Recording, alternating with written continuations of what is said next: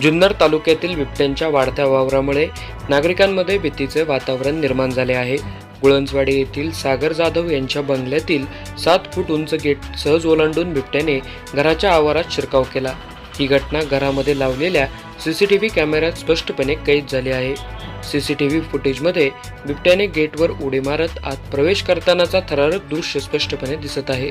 स्थानिक रहिवाशांमध्ये भीती आणि असुरक्षतेचे वातावरण निर्माण झाले आहे।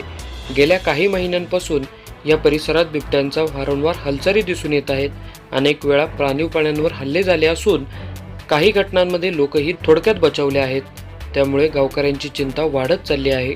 स्थानिक नागरिकांनी वेळोवेळी वन विभागाकडे पिंजरा लावण्याची मागणी केली असली तरी अद्याप कोणतीही ठोस उपाययोजना करण्यात आलेली नाही। परिसरात बिबट्यांची समस्या दिवसेंदिवस गंभीर होत चालली आहे। अनेक पाळीव प्राण्यांचा जीव गेला असून बिबट्याने काही ठिकाणी थेट घराजवळ येऊन हल्ला करण्याचे प्रकारही घडल्यामुळे वन विभागाने यावर तातडीने उपाययोजना करणे अत्यंत गरजेचे झाले आहे। Bureau report, AB news network, गुळंजवाडी।